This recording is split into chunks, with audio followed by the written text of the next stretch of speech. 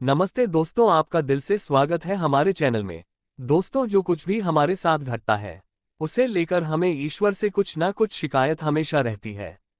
और यह शिकायत होना लाजमी भी है, क्योंकि हम उतना ही देख और महसूस कर पाते हैं जितना हमारा दायरा होता है। उस नियति की योजना का हमें दूर दूर तक कोई अंदाजा नहीं होता। आज हम नियति की योजना से संबंधित एक कहानी पढ़ेंगे, जिसमें हम जान पाएंगे कि जीवन में जो कुछ भी होता है वह नियति की योजना के अनुसार होता है। तो आइए जानते हैं गौतम बुद्ध ने नियति की योजना को कैसे समझाया। चलिए जानते हैं इस कहानी के माध्यम से। एक बार बुद्ध आंखें बंद करके अपने मौन में बैठे हुए थे। तभी एक व्यक्ति बुद्ध के पास आया और अपने जीवन की सभी समस्याओं के बारे में लगातार बोलता गया। लेकिन बुद्ध ने ना अपनी आंखें खोली ना उस व्यक्ति की तरफ देखा। व्यक्ति बोला, बुद्ध, मेरे और मेरे जैसे बहुत से लोगों के जीवन में इतना कष्ट है, फिर भी आप एक मूर्ति की तरह मौन बैठे हुए हैं। व्यक्ति के ऐसे शब्द सुनकर बुद्ध ने अपनी आंखें खोली और शांत भाव से उस व्यक्ति की तरफ देखने लगे।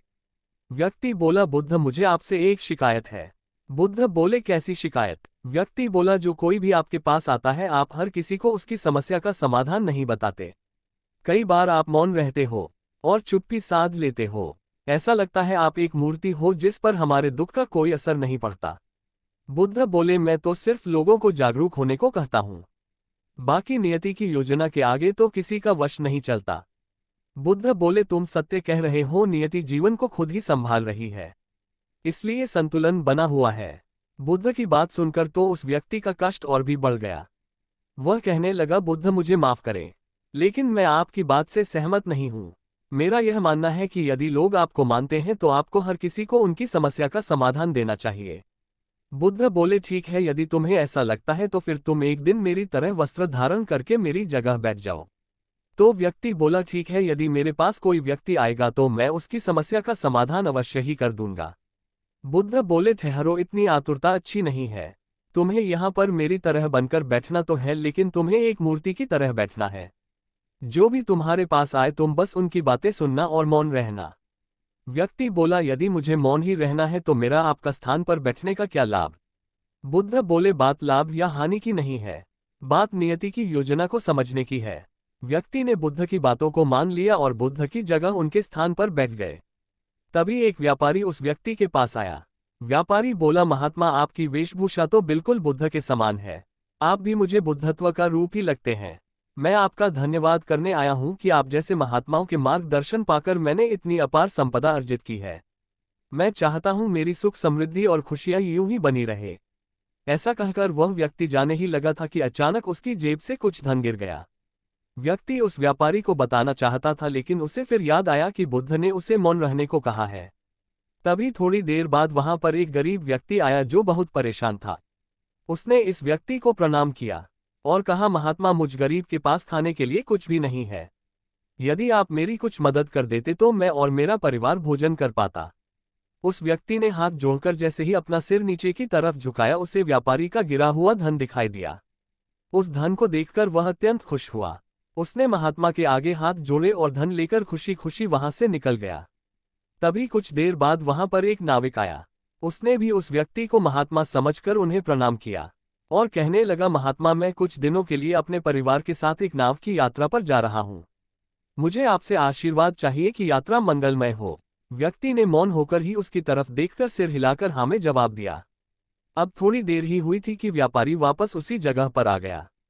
उसकी नज़र जैसे ही नाविक पर पड़ी, उसने उसे पकड़कर कहा, तूने मेरा धन चुराया है। यहीं पर मेरा धन गिर गया था और यहाँ अभी तू ही खड़ा है, इसका मतलब यह है कि तू ही चोर है। ऐसा कहकर वह उस नाविक को जोर से पकड़कर ले जाने ही लगा था कि उस व्यक्ति से रहा नहीं गया और वह बोल पड़ा, सुनो, नाविक को छोड़ दो। इसने तुम्हारा धन नहीं चुराया है। मैं जानता हूं तुम्हारा धन किसने चुराया है। नाविक से पहले जो एक व्यक्ति आया था उसी ने तुम्हारा धन चुराया है। व्यापारी ने उस व्यक्ति के सामने हाथ जोड़े और बोला, आपका धन्यवाद, आपने मुझे सच बताया। व्यापारी ने उस गरीब व्यक्ति को ढूंढ निकाला और उसे पकड़कर जेल में डाल दिया। अब उस व्यक्ति का वक्त पूरा हो चुका था, इसलिए वह बुद्ध के पास आया और सारी घटना उन्हें सुना दी। बुद्ध बोले, पर मैंने तुम्हें मौन रहने को कहा था, तुम्हें बोलने की क्या आवश्यकता थी? व्यक्ति बोला, बुद्ध, आप कैसी बातें कर रहे हो? आप हमेशा सत्य की बात करते हो, लेकिन आप मुझे ये कह रहे हो कि मैंने सत्य क्यों कहा? बुद्ध बोले, इन जीवन में जो कुछ भी होता है वह नियति की योजना के अनुसार होता है। वह व्यापारी बहुत धनी था, उसका थोड़ा सा धन लुट जाने से उसकी स्थिति में कोई खास फर्क नहीं आता। लेकिन उस गरीब व्यक्ति को उसके धन से भोजन मिल गया था। और जो नाविक समुद्र की यात्रा के लिए कह रहा था, नियति में ये लिखा था कि समुद्री यात्रा में उसकी मृत्यु होने वाली थी। यदि व्यापारी नाविक को पकड़कर जेल में डाल देता तो कम से कम उसकी मृत्यु तो नहीं होती। लेकिन तुमने नियति की योजना में दखल देकर उसे बदलने की कोशिश की है। बदला सिर्फ चेतना को जा सकता है। नियति की योजना तो प्रकृति ने स्वयं रच रखी है।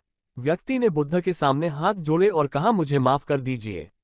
मैं नहीं समझ पाया था कि नियति की योजना पर हमारा कोई अधिकार नहीं है, क्योंकि उसका अधिकार तो सिर्फ प्रकृति के ही पास है। लेकिन आज आपने मुझे एहसास कर दिया है कि मनुष्य का फर्ज चेतना बनना है। ऐसा कहकर वह व्यक्ति वहां से चला गया। इस कहानी से हमें ये शिक्षा मिलती है कि हमें कभी भी परिस्थितियों को दोष नहीं देना चाहिए, क्योंकि परिस्थिति बाहर का विषय है और मनुष्य के मन की स्थिति उसके अंदर का विषय है। हमारा पूरा ध्यान हमारे मन की स्थिति पर होना चाहिए, न कि बाहरी परिस्थितियों पर। इसलिए नियति की योजना को कोसने से अच्छा है कि हम अपना पूरा ध्यान अपने मन की स्थिति को ठीक करने में लगाएं। उम्मीद करते हैं आपको हमारी यह कहानी पसंद आई होगी, तो अपने दोस्तों के साथ जरूर शेयर करें और हमारे चैनल को लाइक और सब्सक्राइब जरूर करें। नमो बुद्धाय।